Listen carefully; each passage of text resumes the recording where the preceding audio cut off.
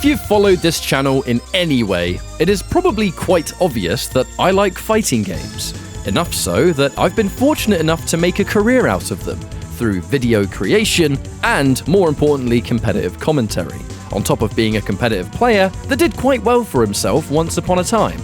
But this video is to break down the titles that led me to this point. What were the games, in particular, that both started me off on this journey, and the games along the way that would impact me in such a way that I'd stay on that path throughout an entire lifetime. Now, coming up with 5 games was actually quite difficult, but there's something all of these games have in common that aids them to be on this list. You can revisit them now with a modern understanding of fighting game mechanics and still have just as, if not more fun than back in the day, because they all hold up superbly well in different ways.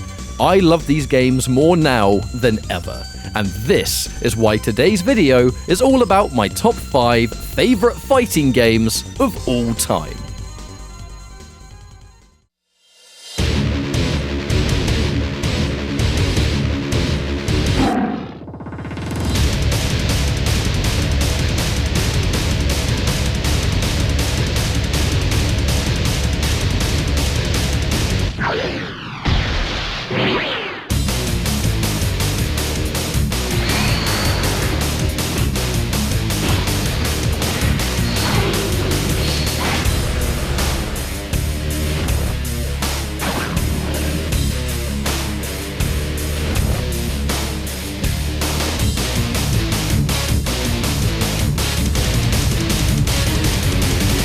Whether it was called The New Breed or Bringer of the New Age, depending on where you grew up, Bloody Roar 2 hit the Sony PlayStation in 1998, and I was a kid when I first played this game with my brother, a 3D fighter that featured an incredible soundtrack, impressive graphics and animation for the time, but more importantly to me, a new style that I'd never seen before. In this game, fighters can activate their beast mode, which turns them into an animal version of themselves. The designs are super sick, and these beast modes grant access to new moves and sometimes mechanics. On a base level, this game is just satisfying. Everything feels good, the movement is fast, snappy and responsive, the combos feel awesome to pull off, and if you manage to hit your character's beast drive, which is this game's super move, it's even more badass. The reason it's on this list is because when you revisit Bloody Roar 2 these days, you realize there's tons of mechanics that I'd never even known about back then when I was a kid, and when you figure them out, it makes the game even more fun than it was back then. You have this mix of light and heavy guard, so you can use a block button if you wish, but the light guard allows you to sidestep if you have good timing, which is already another layer of defense. The giant combos are cool to watch, but there is this air tech system which lets you pretty much fast fall into your own offense, but some juggles are untechable, which gives true combos for good damage. The any cancel point mode, which is really popular with the competitive community. There's just loads more to the game than most people remember, and when you play it now, not only has it aged very well, but these high-level mechanics make for a title that is still a lot of fun to jump into. I still find myself watching the competitive community from Vietnam. You can find them on YouTube, and they are out of this world. I highly suggest checking them out. But as far as the first game on this list goes, Bloody Roar 2 is a total hidden gem of the PlayStation era. When are we gonna get another one? That's what I want to know. This one was a no-brainer for my top 5, and there are so many significant reasons it's here that I could go on for hours, but I've already talked so much about Mortal Kombat 9 on this channel that I'll keep it brief.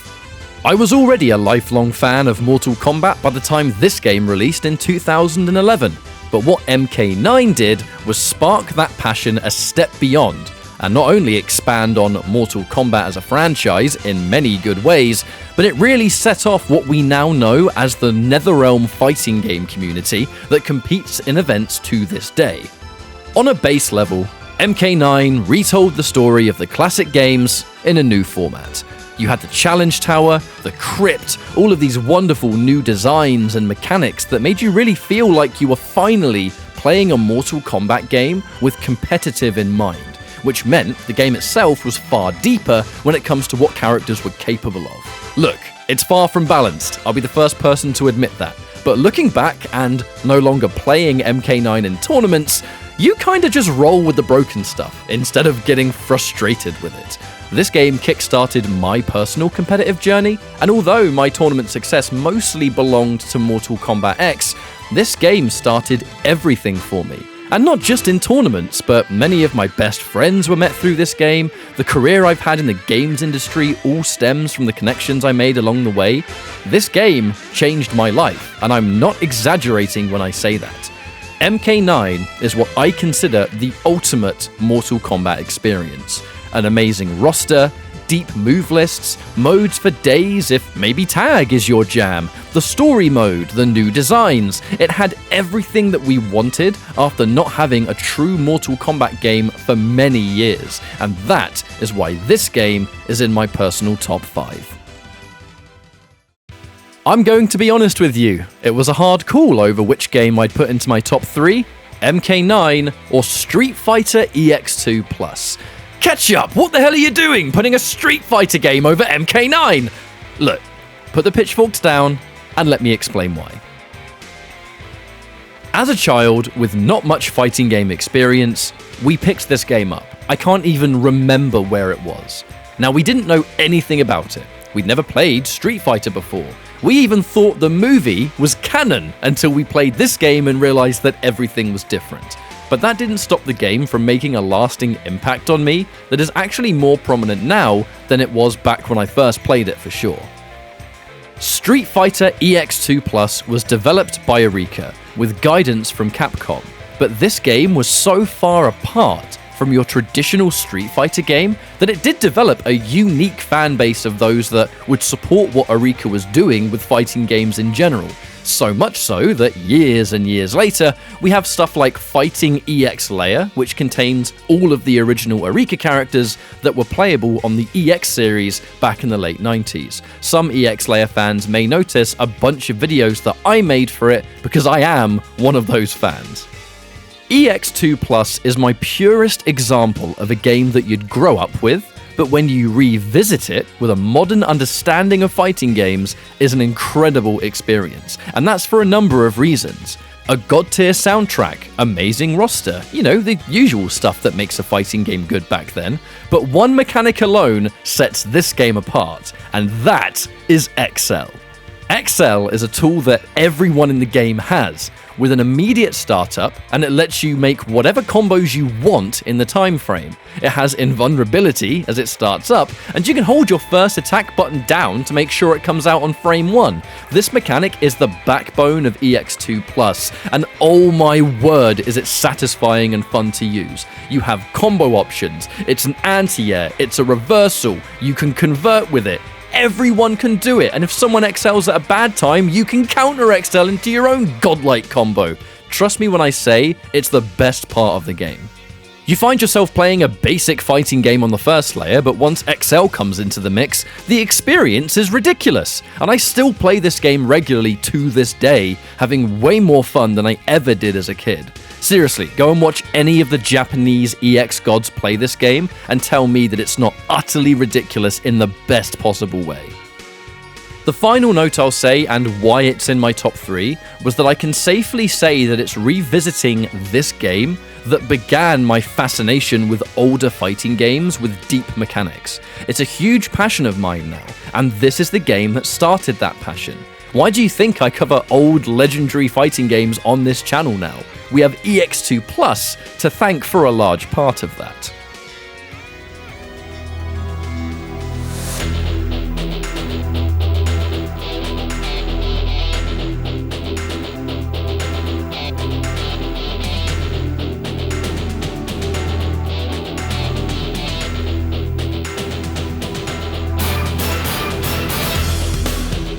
When I was a kid, it wasn't just Mortal Kombat that gave me a huge passion for fighting games on the Super Nintendo.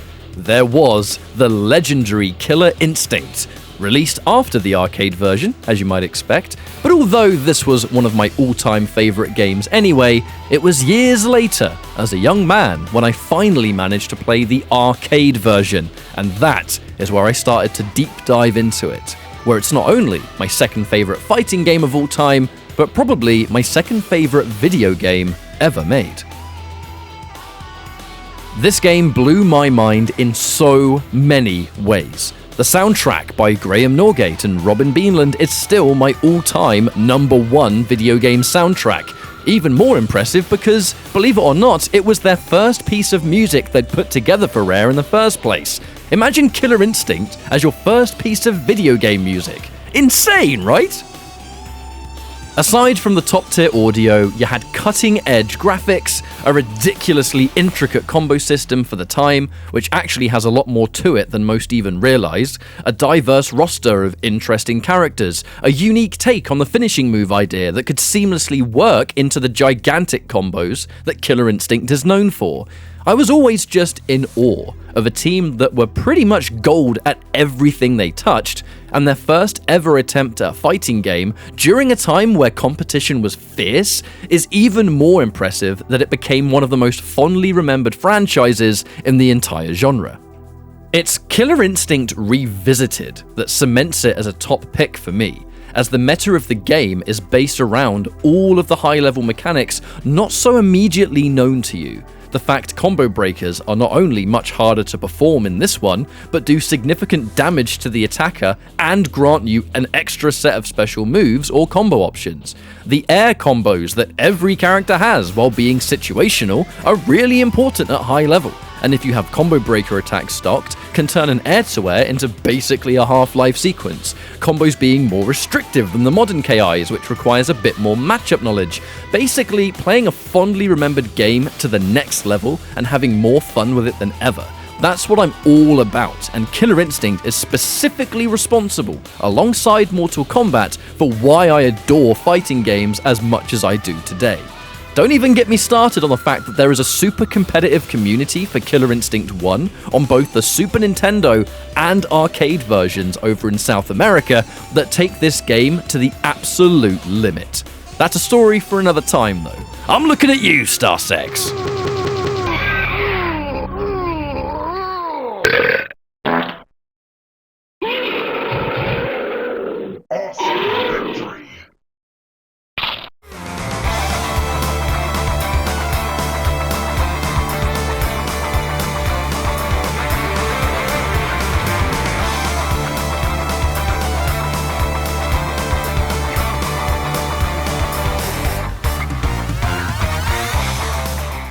And now, it's time to tell you all about my absolute favourite fighting game of all time. Some of you have probably guessed already, but let's introduce it anyway. Ultimate Mortal Kombat 3.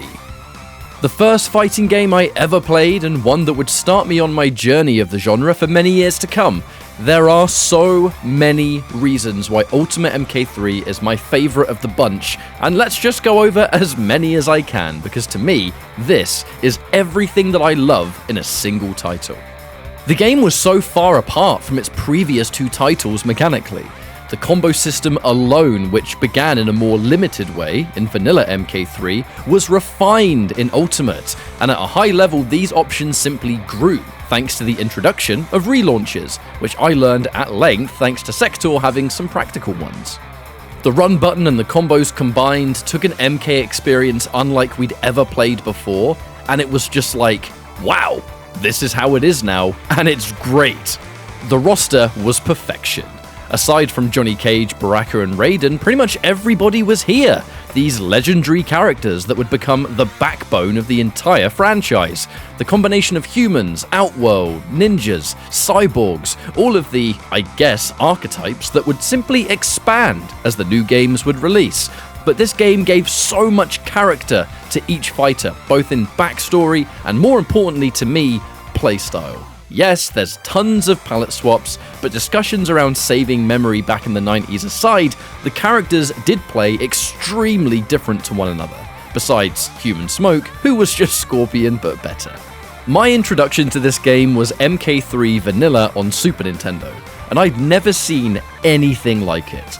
far too young to be playing a game that violent, of course, but I think I'm one of millions who have that story. The first time I ever saw a fatality was Sindel's hairspin. The AI did it to me, and I immediately turned the game off. After getting a curiosity for what else might have been there, I turned it back on, and I just kept playing to see more. No game had made an impact like that on me before, and the more I played, the more fun I had with the mechanics. As my personal subject of this video is about revisiting the games and realizing that they're still amazing to play, UMK3 is the pinnacle. I find myself learning new things about this game all the time, with either characters, the meta. It's unreal how I've played Ultimate MK3 for a lifetime, and I'm still learning new things that take the game beyond. This game got me finally taking fighting games seriously. Now look, I wasn't very good back then, but now it's shaped everything I like in a fighting game. The pace, aggression, combos, sound design, a roster full of weird and interesting characters. It has it all. And to this day, my all-time favorite fighting game ever made is Ultimate Mortal Kombat 3. With passionate communities worldwide still smashing this game at the highest level. From South America, Russia, North America, players in Europe who never stopped. It's got passion written all over it, and is by many considered a top 3 MK title.